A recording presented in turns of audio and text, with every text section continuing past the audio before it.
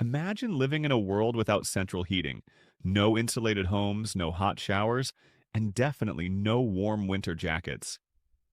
Now imagine surviving freezing winters in that world, year after year. That was the harsh reality for medieval peasants. They didn't have the luxury of comfort, but they did have resilience, creativity, and a deep understanding of how to work with what little they had. Winter in the Middle Ages wasn't just uncomfortable, it could be deadly, and yet peasants found ways to make it through the coldest months, often with nothing more than basic tools, natural materials, and sheer willpower.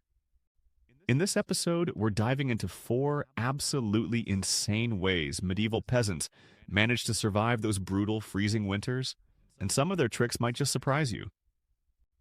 Number 1. Layered clothing and fur-lined garments.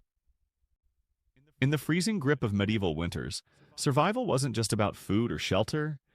It started with what you wore.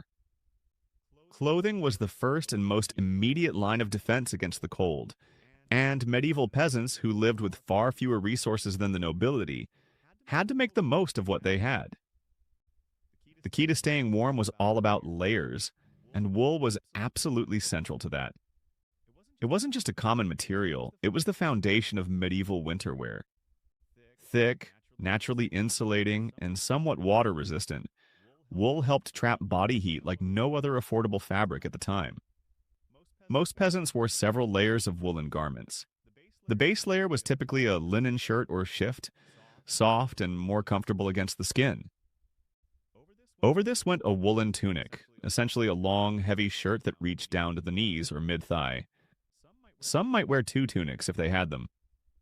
On top of the tunic, they added cloaks or mantles made from even thicker wool.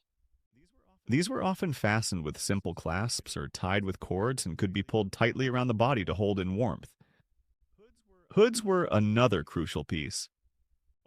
A woolen hood wasn't just for fashion or rain protection, it kept heat from escaping from the head, which is one of the quickest ways to lose body warmth. Some hoods came with attached shoulder coverings called lyra pipes, which also helped shield the upper body from drafts.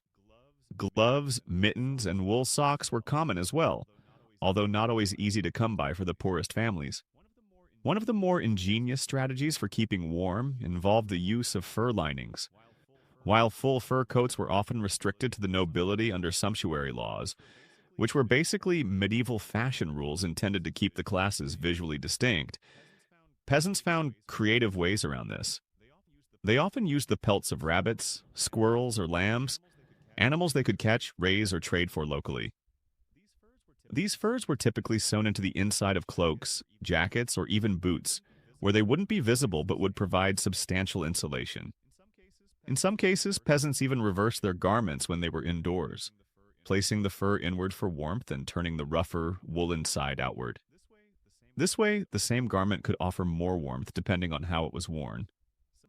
Some managed to make rudimentary fur hats or collars as well, and while these weren't fashionable by elite standards, they were incredibly functional. Another trick was sleeping in layers. Peasants didn't have pajamas, they simply wore their daytime clothes to bed, adding extra layers or wrapping themselves in cloaks or animal hides. Since laundry wasn't a daily or even weekly activity, this actually helped conserve both effort and body heat. Many clothes were worn until they fell apart, and some winter garments would be passed down through generations if they could be mended and reused. Making clothes was labor-intensive. Spinning wool into yarn, weaving it into cloth, and then stitching garments together was a long and involved process. Most peasant families did this work themselves during the colder months when outdoor farming slowed down. Women in particular were responsible for making clothing, and it wasn't unusual for girls to start learning how to spin and weave from a young age. Even the dyes used in fabrics had practical concerns tied to winter. Darker colors absorbed more heat from what little sunlight was available, so earthy shades like brown, gray, and deep green were more than just the norm. They were functional choices. Not every peasant could afford dyed cloth, but when they could, they often chose colors that helped trap more warmth. Number 2, communal living and shared heat. In medieval Europe, especially in the colder northern regions, surviving the winter wasn't just a personal effort. It was a collective experience. Peasant families lived in small, often crudely constructed homes, and one of their primary strategies for surviving the freezing cold was through communal living and shared body heat. It might not sound glamorous, but it was efficient, practical, and essential to staying alive. Peasant houses were typically built with whatever materials were most readily available in the local environment.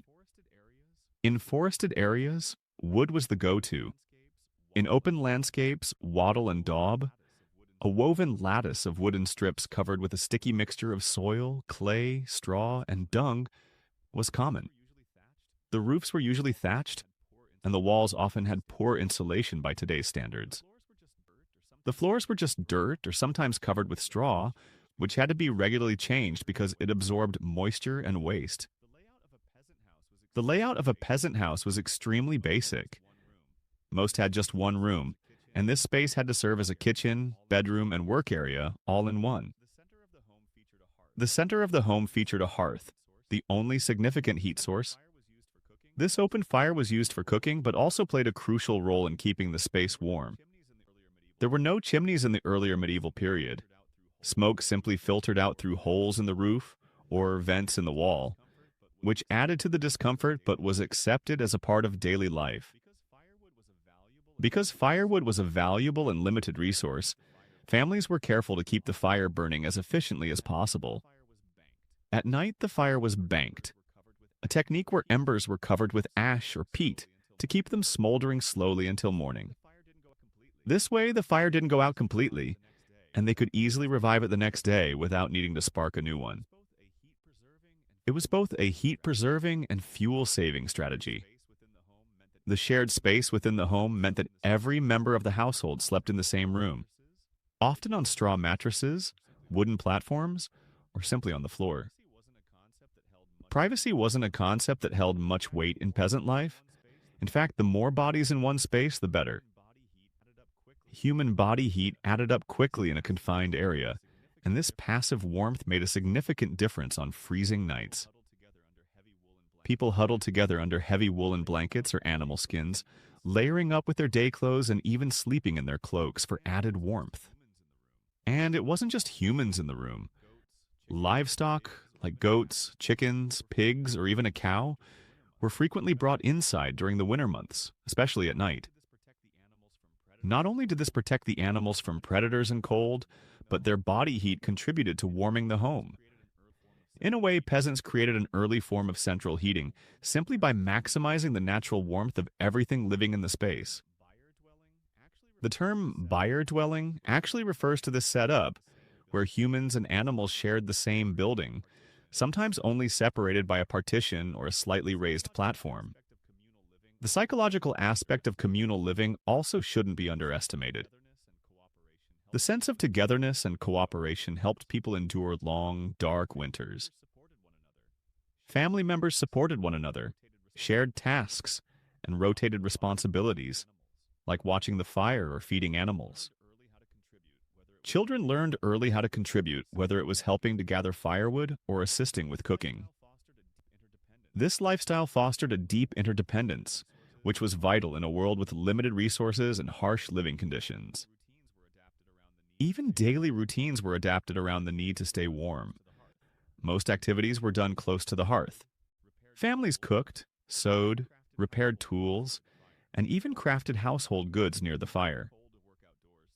When it was too cold to work outdoors, tasks moved inside and the home transformed into a shared workspace. Meals were hot and calorie-dense, soups, stews, and porridges, which helped maintain internal body heat. Number 3. Heated stones and bed warmers. When winter hit hard in medieval Europe, central heating wasn't even a concept. Most peasant homes were simple, drafty structures, just a single room made from wattle and daub with a thatched roof and often no chimney. The cold could creep in from every crack in the wall or under the door, especially at night. And while thick clothing and communal sleeping helped, peasants had another clever trick for dealing with freezing temperatures: heated stones and bed warmers. This method was incredibly straightforward but surprisingly effective. Stones or bricks were placed into or near the hearth during the day to absorb as much heat as possible from the fire. Once they were hot, usually glowing faintly or almost too hot to touch, they were carefully removed using metal tongs or thick cloths. After that, the stones were wrapped in layers of fabric, like old cloth sacks or thick wool, to prevent burns and to help the heat disperse more slowly over time. Then, these makeshift warmers were tucked into the bedding, often between straw mattresses or under heavy woolen blankets, just before sleep. The warm stones didn't stay hot all night, but they created a pocket of heat that made getting into bed much more bearable. Even after the stone cooled, it would usually stay warm enough for an hour or two, just long enough to help the body generate its own heat under all those layers. It also helped warm up the sheets and reduce the initial chill, which is half the battle in a freezing medieval room. Some peasants also used iron or brass bed warmers, metal pans with lids and long handles, filled with embers or hot coals. These were rarer and more dangerous due to the risk of burns or fire, and they were more commonly used by wealthier households. However, there's some evidence that even lower-class families occasionally had access to these through local blacksmiths or by repurposing cooking tools. A hot coal bed warmer worked like a modern heating pad. It was dragged slowly across the sheets to warm them up. It wasn't left in the bed, though, because of the fire risk. There were also hand warmers, small portable containers filled with coals, used to warm hands or keep in one's lap. Some versions were made of clay, others of metal, and a few could be placed under the covers for extra heat near the feet or lower back. These were often repurposed for nighttime use, especially for elderly family members or children who had trouble falling asleep in the cold. Peasants weren't just warming their beds for comfort, it was a matter of health and survival. Cold-related illnesses were a serious threat, and there was no insulation, double-glazed windows, or space heaters to keep things cozy.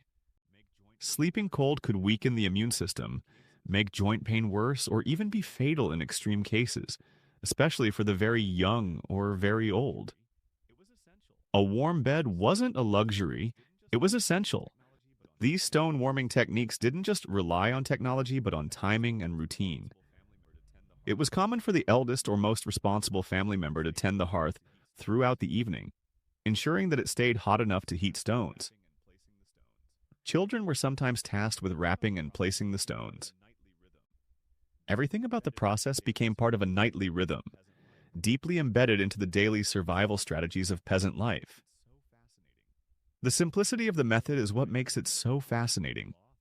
With nothing more than fire, rock, and cloth, medieval peasants came up with an efficient way to soften the worst of winter's bite. It's a reminder that even without modern conveniences, people found smart, practical solutions to everyday challenges. Number 4. Diet and physical activity. Back in medieval times, surviving the brutal cold wasn't just about what you wore or where you slept. It had a lot to do with what you ate and how much you moved. Keeping warm in the dead of winter wasn't as simple as throwing on an extra coat or turning up the heat. For peasants, who made up the majority of the population, warmth came from within, quite literally. Their diet and physical routine played a huge role in how they managed to make it through freezing months, without the modern comforts we take for granted today. When it came to food, medieval peasants didn't have access to much variety, but they did what they could with what was available. Their meals were all about filling the stomach and keeping energy levels high. This meant eating calorie-dense foods that would fuel their bodies and help them stay warm. A typical winter diet might not sound exciting by today's standards, but it was effective. Stews were a staple, often made with root vegetables like onions, turnips, or leeks. If they were lucky, they could add a bit of preserved meat, beans, or grains to stretch it further. Since stews could simmer over the fire for hours, it helped warm up the house and the body at the same time. Porridge was another go-to meal. It could be made from oats, barley, or rye, depending on the region and what was growing locally. Often served warm, it was a simple but effective dish to keep a peasant's energy up. Bread was also vital, usually dark, coarse, and made from rye or barley rather than wheat, which was more expensive and reserved for the wealthier classes. This kind of bread was dense and hearty, perfect for providing long-lasting fuel throughout a cold day.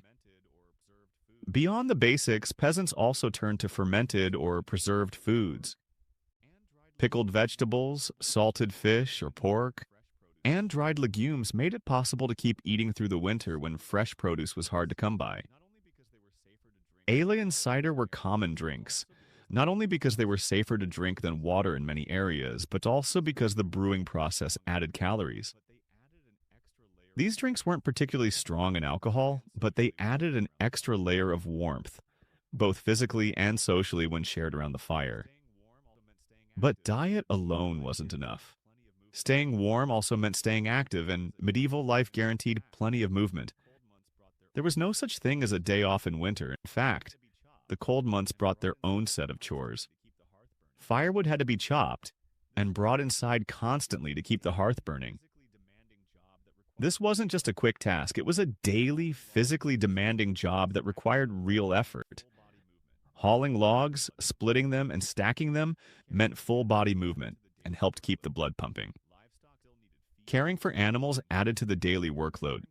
Livestock still needed feeding, cleaning, and sheltering, even during snowstorms. And since many peasants shared their homes with some of their animals for added warmth, it was also a matter of hygiene and survival. Clearing manure, refilling troughs, and milking cows or goats were all labor-intensive activities that naturally kept people warm through motion. Even outside the household, there was always something to be done. Repairing tools, mending fences, insulating homes with straw or mud, all of these physical tasks helped generate internal heat. The sheer necessity of keeping the home functioning during the winter months meant that staying still for long was rarely an option. Children contributed too. They gathered firewood, helped in the kitchen, and tended to smaller animals. Every member of the household, no matter their age, had a role to play in surviving the winter, and physical effort was central to that survival. There was no gym, no scheduled workout, but daily life itself was a workout. In this way, the combination of heavy, calorie-rich meals and near-constant physical movement created a natural defense against the cold. Their bodies were fueled by the food they ate and kept warm through labor. For medieval peasants, this was more than just routine. It was life or death. Without enough to eat or the energy to move, the cold would win. But through smart use of what they had, simple foods, a tight-knit household, and hard work, they endured winters that would challenge even the toughest among us today.